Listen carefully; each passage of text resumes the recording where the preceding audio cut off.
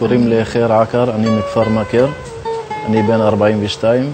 יש לי משפחה מורכבת מ6 נפשות, אני ואשתי ו4 ילדים.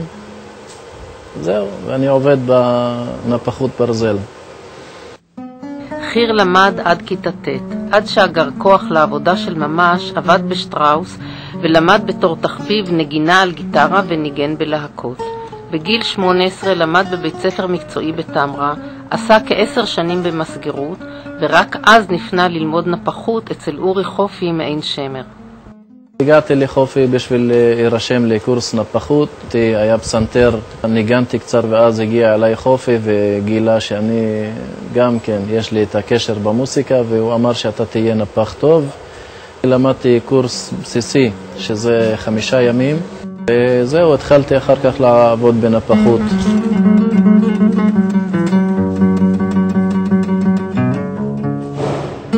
הכלים החשובים לנפח הם סדן, פטיש, אש ומלקחיים. אז זהו, כל הפטישים האלה אני מכין לעצמי. כל פטיש יש לו משקל אחר, צורה אחרת. בשבילי פטיש זה לא רק משקל שמרביצים איתו, זה נשמה שאני מעצב אותו שיהיה לו חיים. כי הפטיש זה גם כן יש לו נשמה מסוימת, זה לא רק כלי עבודה. זה הסדן. יש סדנים בכל מיני משקלים, כל מיני צורות. זה התנור מעוצב, שמתי קצת אבן שזה מתחבר לטבע. יש פה גם כן נשמה, והאש, וזה כל הכלים שאני מכין לעצמי, המלקחיים שאיתם אני מחזיק את הברזל כשהוא חם.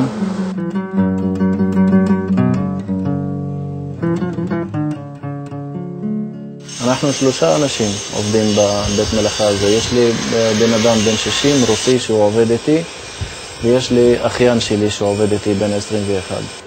רוב העבודות שאני עושה זה העבודות מהעיצוב שלי. יש לי את הדמיון שלי. מגיעים אליי אנשים מבקשים ממני לעצב להם עבודות. אז בגלל שאני יודע לצייר, אני מעצב להם משהו, ובדרך כלל זה מצליח. זהו, עכשיו אני הולך לייצר 2 עלים. מברזל 25 מילימטר, שזה דורש לעבוד עם מכונה שנקראת פטיש אוויר.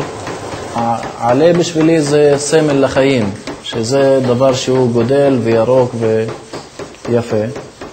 אני מגיע עם הפחם הזה לאיזה 2,000 מעלות חום, ואני יכול להגיע עם הברזל לרמה שזה כמו פסטלינה, שאני יכול לעשות מה שאני רוצה, לעצב את הצורה, מה שאני רוצה להגיע אליה. כשחופי הוזמן לאנגליה לכנס נפחות, הציע לחיר להצטרף בתור ערבי שגר בישראל. המטרה הייתה להרים פסל בגובה 7.5 מטר שבנוי מ14 חלונות, חלון לכל אומן. שם הפסל זה ידידות דרך ברזל, ואני חשבתי לעשות פסל שכל הנושא שלו מורכב מקיום 2 עמים במדינה אחד. ואני עשיתי שם דמות של 2 אנשים, שזה 2 עמים. הכנסתי שם בורג בצוואר של 2 אנשים, כאילו זה הגורל של 2 העמים. לצד 2 דמויות האלה, אני גם שמתי שם מפתח עם ענף עץ זית, כאילו זה המפתח של השלום. ובפינה של הפסל, למעלה, הצבתי שם גם כן שמש, שהשמש מביעה על חופש ואהבה וחום ואור, שאפשר לפרש אותו בהרבה דברים. באנגליה נפגש עם הנציגה של אגודת הנפחים באיטליה, שהזמינה אותו לתחרות שמתקיימת מזה 100 שנה, אחת לשנתיים, אליפות העולם בנפחות. השנה הנושא היה יופיו של האור.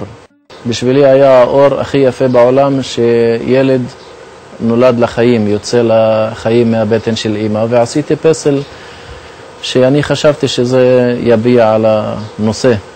היו 400 אומנים, אבל חלקם עשו שם עבודת קבוצה. פסל אחד שעבדו עליו 5 אומנים.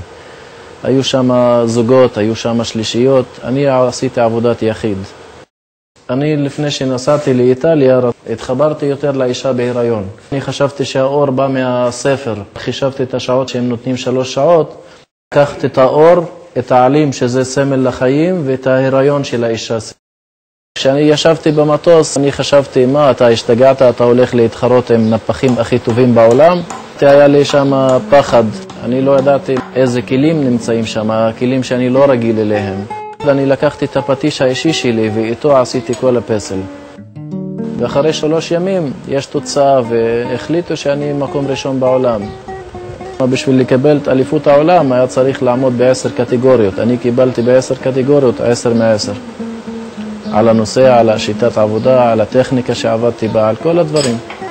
ועזר לי בעבודה בחור ממשמר העמק שקוראים לו שלמה, שאני מאוד אוהב אותו. זה חבר טוב שלי שהוא תמך בי ועזר לי גם באנגליה וגם באיטליה. אני קיבלתי שם הרבה כבוד. הכרתי את הנפחים הכי גדולים בעולם והכי טובים בעולם. וזה נתן לי הרבה כוח להמשיך.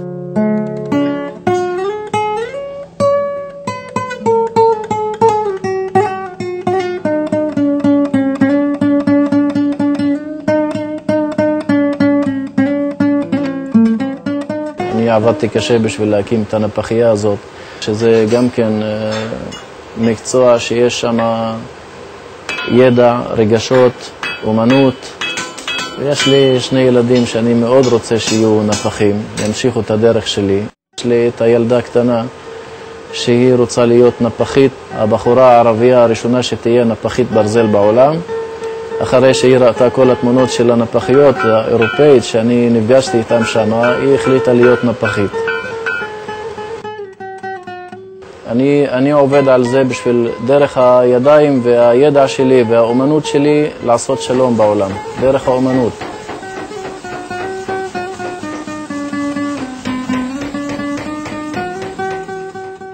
האומנות בשבילי איזושהי שפה שאני מדבר דרכה. ואני רוצה עם האומנות שלי להגיע לשלום.